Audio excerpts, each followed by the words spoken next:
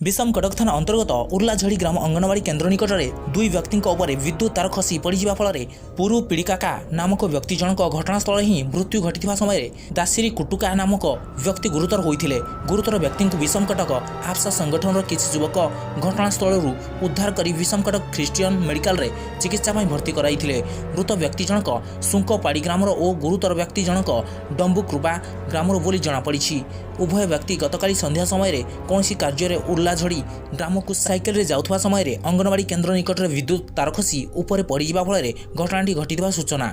परिवार तरफ गाँव में शव रखी विद्युत विभाग व्यापार और कार्य को प्रतिवाद कर क्षतिपूरण दाबी करथिबा बेले घटनास्थल विषमकटक पुलिस पहुंची शव को ख्रीष्टियन मेडिकल रे नहीं रखिथिले। आज ख्रीष्टियन मेडिकल रे उत्तेजना देखा देबारे विषमकटक एसडीपीओ पहुंची उपस्थित ग्रामवासी को बुझासुझा कर शव व्यवस्थित कराई परिवार को हस्तांतर कराइथिले।